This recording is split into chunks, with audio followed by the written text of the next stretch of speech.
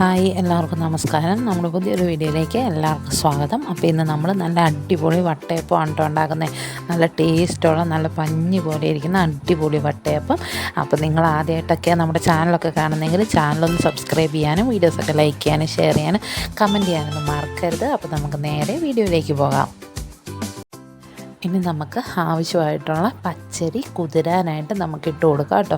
ഇത് പച്ചരിയും അതിൻ്റെ ഒപ്പം തന്നെ ഞാൻ ഇതിനകത്തേക്ക് അരയ്ക്കുന്ന എല്ലാ സാധനങ്ങളും കൂടി ഇട്ട് കൊടുക്കുന്നുണ്ട്. അപ്പോൾ പച്ചരി നല്ലതുപോലെ ഒന്ന് കഴുകി വൃത്തിയാക്കി വെക്കുക. അതിലേക്ക് ഒരു മുറി തേങ്ങ ചിരകിയത്, പിന്നെ ഒരു കപ്പ് ചോറ്, പിന്നെ ഒരല്പം ഈസ്റ്റും, പിന്നെ അതുപോലെ തന്നെ കുറച്ച് പഞ്ചസാരയും കൂടി ഇട്ട് നല്ലതുപോലെ ഒന്ന് മിക്സ് ചെയ്ത് ഇത് കുതിരാൻ മാത്രം ആവശ്യമായിട്ടുള്ള വെള്ളം നമ്മൾ ഒഴിച്ചു കൊടുക്കുക. അധികം വെള്ളം ഒഴിച്ചു കൊടുക്കേണ്ട, കുറച്ച് ഇതൊന്ന് നികന്ന് നിൽക്കാനുള്ള ഭാഗത്തിന് വെള്ളം ഒഴിച്ചു കൊടുത്ത് നമുക്കിതൊരു 4-5 മണിക്കൂറൊന്ന് പുളിക്കാനായിട്ട്, ഇതൊന്ന് പുളിച്ച് നമ്മുടെ പച്ചരി ഒന്ന് കുതിരാനായിട്ട് വെയിറ്റ് ചെയ്യാം. ഏറ്റവും കുറഞ്ഞത് ഒരു 5 മണിക്കൂറേലും വെക്കണം. അപ്പം ഞാനിവിടെ ഒരു 6 മണിക്കൂറായതിന് ശേഷമാണ് കേട്ടോ എടുക്കുന്നത്. അപ്പോഴത്തേക്കും തന്നെ ഇത് നല്ലതുപോലെ പതയൊക്കെ മുകളിൽ വന്നിട്ടുണ്ടായിരുന്നു. നല്ല പുളിച്ച രീതിക്ക് ഇങ്ങനെ പൊങ്ങി നിൽപ്പുണ്ടായിരുന്നു. ഇനി നമുക്ക് ഇത് അരച്ചെടുക്കണം.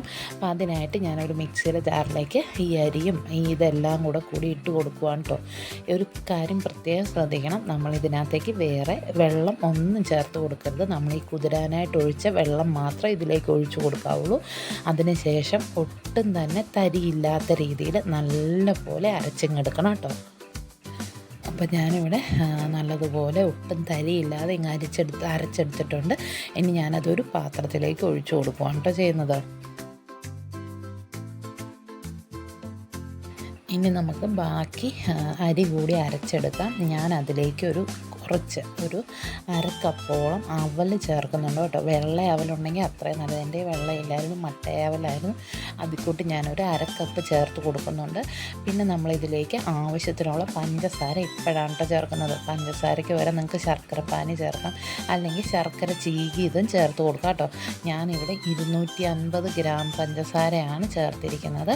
അതിലേക്ക് തന്നെ കുറച്ച് ഏലക്കയുടെ കുരുക്കളും അതുപോലെ തന്നെ കുറച്ച് ചെറിയ ജീരകവും കൂടി ഇട്ട് കൊടുക്കുന്നുണ്ട്. ഇനി ഇതും നമുക്ക് നല്ല പേസ്റ്റ് പോലെ ഇങ്ങ് അരച്ചെടുക്കാം കേട്ടോ. വേറെ വെള്ളമൊന്നും ചേർക്കരുത്. നമ്മൾ ആ അരി കുതിരാൻ വെച്ചിരുന്ന ആ വെള്ളം തന്നെ ചേർക്കാൻ പ്രത്യേകം ശ്രദ്ധിക്കണേ. അപ്പോൾ നമ്മൾ അവൽ ചേർക്കുമ്പോൾ ഒന്നും കൂടി വട്ടയപ്പം നല്ല സോഫ്റ്റ് ആവുകയെ. അപ്പം ഞാൻ അരി മുഴുവൻ അരച്ചെടുത്തിട്ടുണ്ട്. ഇനി നമുക്കിതൊരു 1 മണിക്കൂർ ഒന്ന് പുളിക്കാനായിട്ട് വെച്ച് കൊടുക്കാം കേട്ടോ. ഞാനിവിടെ അരി അരച്ച് വെച്ചിട്ട് ഒരു മണിക്കൂർ എന്നുള്ളത് 1.5 മണിക്കൂറായി ഇങ്ങോട്ടൊന്ന് വരാനായിട്ട്. അപ്പോഴത്തേക്കും ഞാൻ അരി അരച്ച് വെച്ചതിൻ്റെ ഒരു ഭൂരിഭാഗവും ഇങ്ങനെ പുളിച്ച് പോയിട്ടുണ്ടായിരുന്നു കേട്ടോ. അപ്പോൾ നിങ്ങളെല്ലാവരും ശ്രദ്ധിക്കണം, 1 മണിക്കൂർ അത് മതി, അത് കൂടുതൽ നോക്കുക. അതുമല്ല, ഇടയ്ക്ക് ഇങ്ങനെ പുളിച്ച് വരുന്നുണ്ടെങ്കിൽ ശ്രദ്ധിക്കുകയും ചെയ്യണേ. അപ്പോൾ എനിക്ക് കുറച്ച് മാവേ ബാക്കിയുണ്ടായിരുന്നുള്ളൂ. നമുക്കിനിപ്പോൾ ഉള്ളത് വെച്ചിട്ട് ചുട്ടെടുക്കാം കേട്ടോ. ഇനി നമ്മളിങ്ങനെ ഒന്ന് ഇളക്കി കൊടുത്തതിന് ശേഷം നമുക്കിനി വട്ടയപ്പം റെഡിയാക്കി എടുക്കാം. അപ്പം ഞാനിവിടെ ഇഡ്ഡലി പാത്രത്തിൻ്റെ തട്ട് വെച്ച് കൊടുത്തിട്ടുണ്ട്. അതിന് ശേഷം വെള്ളം വെച്ച് നമ്മൾ ആവി വരുമ്പോഴത്തേക്കും നമ്മുടെ ഒരു സ്റ്റീൽ പ്ലേറ്റ് അതിലേക്ക് വെച്ച് കൊടുക്കുക. സ്റ്റീൽ പ്ലേറ്റില്ലെങ്കിൽ ഇപ്പോൾ കേക്കിൻ്റെ മോൾഡോ അങ്ങനെ എന്താണേലും മതി, ഒരു പ്ലേറ്റ് വെച്ച് കൊടുത്ത് നമ്മളത് ആവി പൊങ്ങുമ്പോഴത്തേക്കും അതിലേക്ക് മാവ് കോരി ഒഴിച്ച് ഒരു 1/2 ഭാഗത്തിൽ കൂടുതൽ മാവ് ഇതിലേക്ക് ഒഴിച്ചു കൊടുക്കുക കേട്ടോ. നമ്മളിതിനകത്ത് ഓയിലോ അങ്ങനെ ഒന്നും ഈ പാത്രത്തിൽ തടകുമൊന്നും വേണ്ട. തണുത്ത് കഴിയുമ്പോഴത്തേക്കും നമ്മുടെ വട്ടയപ്പം വിട്ട് വന്നോളും. അപ്പോൾ ഇങ്ങനെ ഒന്ന് വെച്ച് കൊടുത്ത് ഇനി നമുക്കിത് അടച്ച് വെച്ചൊന്ന് വേവിച്ചെടുക്കാം കേട്ടോ.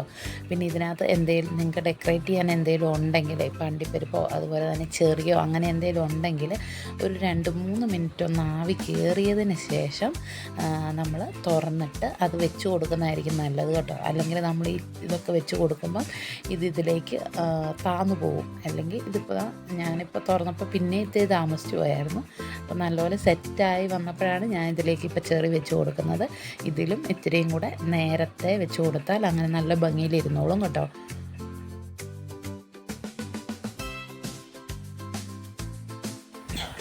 അപ്പോൾ ആദ്യത്തെ വട്ടയപ്പം ഇവിടെ റെഡിയായി. അപ്പം ഞാൻ അതിനെ ഇങ്ങ് എടുത്ത് മാറ്റുവാണ് കേട്ടോ ചെയ്യുന്നത്. അപ്പോൾ ചൂട് ഇങ്ങനെ ആവി ഇങ്ങനെ പൊങ്ങുമ്പോഴത്തേക്കും ആ വട്ടയപ്പത്തിൻ്റെ മണമൊക്കെ വരാൻ തുടങ്ങിയിട്ടുണ്ട്. പിന്നെ ഇനിയിപ്പോൾ വെന്തോന്ന് അറിയാനായിട്ട് എന്തെങ്കിലും ഒരു ടൂത്ത് പിക്കോ എന്തെങ്കിലും വെച്ചൊന്ന് കുത്തി കൊടുത്താൽ മതി. എന്നിട്ടിങ്ങനെ ഒട്ടുന്നുണ്ടോ എന്ന് നോക്കണം. ഒട്ടുന്നുണ്ടെങ്കിൽ ഒരു 5 മിനിറ്റും കൂടെ മൂടി വെച്ച് വേവിക്കുക. ഇപ്പോൾ ഇത് ഒട്ടുന്നൊന്നുമില്ല. അപ്പോൾ ഇത് പാകമായി. അപ്പോൾ ഇത് നമുക്കെടുത്ത് മാറ്റാം കേട്ടോ.